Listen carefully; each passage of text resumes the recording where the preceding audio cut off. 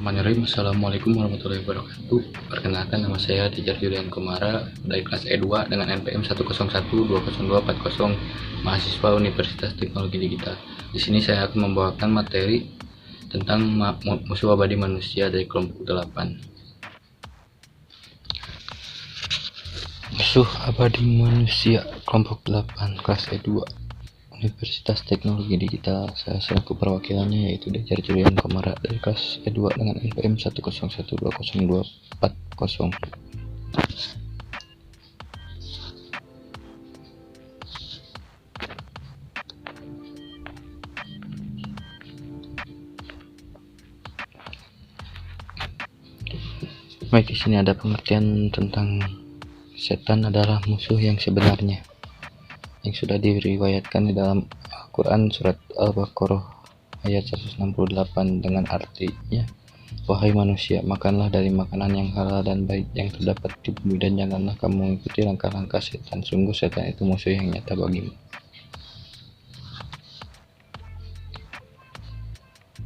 Di sini ada apa itu musuh abadi bagi manusia. Yang pertama itu ada setan.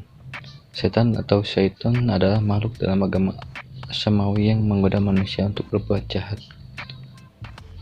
Yang kedua ada jin. Bahasa Arabnya jin, janna, secara harfiah berarti sesuatu yang berkonotasi tersembunyi atau tidak terlihat. Yang keempatnya ada nafsu. Hawa nafsu adalah sebuah perasaan atau kekuatan emosional yang besar dalam diri seorang manusia.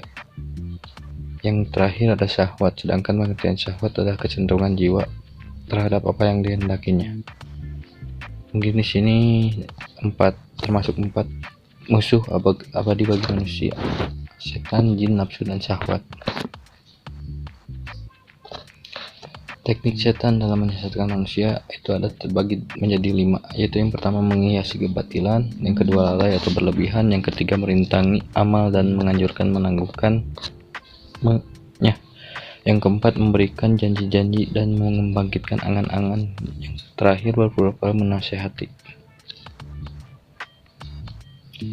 Cara menjauhi godaan setan dan jin, ada beberapa cara. Yang pertama yaitu memohon perlindungan dari Allah Subhanahu wa Ta'ala seperti berdoa agar dijauhkan dari godaan-godaan setan.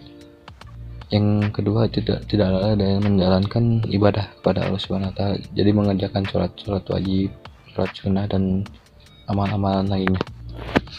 Yang ketiga istiqomah dalam membaca ayat-ayat Al-Quran, jadi senantiasa setiap harinya membacakan ayat Al-Quran. Yang keempat konsisten mencari pertolongan dari Allah Subhanahu wa Ta'ala.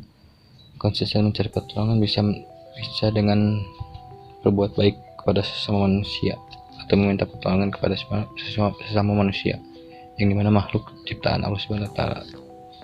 Yang kelima, taat dan patuh akan aturan yang telah Allah Subhanahu wa Ta'ala tetapkan, jadi taat dan patuh akan aturan yang telah ditetapkan oleh Allah Subhanahu wa Ta'ala dalam Al-Quran. Yang keenam, mencari lingkungan yang positif. Yang ketujuh, tidak berbicara hal-hal yang mengundang kehadirannya. Yang terakhir, terus berzikir untuk memperkuat benteng keimanan. Perlakuan setan sebagai musuh abadi manusia. Yang pertama ada dari Quran surat Fatir ayat 6. Sesungguhnya setan itu musuh bagimu, maka perlakukanlah ia sebagai musuh. Sesungguhnya setan itu hanya mengajak golongannya agar mereka menjadi penghuni neraka, syair yang menyala-nyala. Yang kedua, Allah Subhanahu wa Ta'ala berfirman dalam Quran surat Al-Ankabut ayat 38, setan telah menjadikan terasa indah bagi mereka perbuatan buruk mereka sehingga menghalangi mereka dari jalan Allah, sedangkan mereka adalah orang-orang yang berpandangan tajam. Yang ketiga, janganlah kamu mengikuti langkah-langkah setan, sesungguhnya setan tubuh-tubuh yang nyata bagimu. Quran surat Al-An'am ayat 142. Yang terakhir, Allah berfirman dalam Quran surat Luqman ayat 21, apakah mereka akan mengikuti nenek moyang mereka, walaupun sebenarnya setan menyeru mereka ke dalam azab api yang menyala-nyala atau misalkan neraka. 4 tahapan untuk melawan tipu daya setan. Yang pertama, bekerja sama dengan sesama manusia untuk memerangi tipu daya setan dan jin dengan cara saling menasehati atau saling menjaga satu sama lain agar tidak terganggu dengan godaan-godaan setan. Yang kedua, meminta kekuatan perlindungan dari Allah Subhanahu wa taala, meminta doa dan juga zikir dengan terus-menerus. Yang ketiga, selalu istiqomah dalam menjalankan kebaikan, jangan memikirkan hal-hal lain.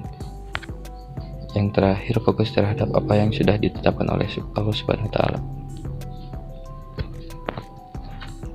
Musuh abadi manusia. Terima kasih sudah presentasi dari saya. Mungkin sekian, mohon maaf apabila ada salah kata dalam penyampaian, mohon dimaklumi karena saya masih belajar juga. Terima kasih. Wabillahi taufiq wal hidayah. Wassalamualaikum warahmatullahi wabarakatuh.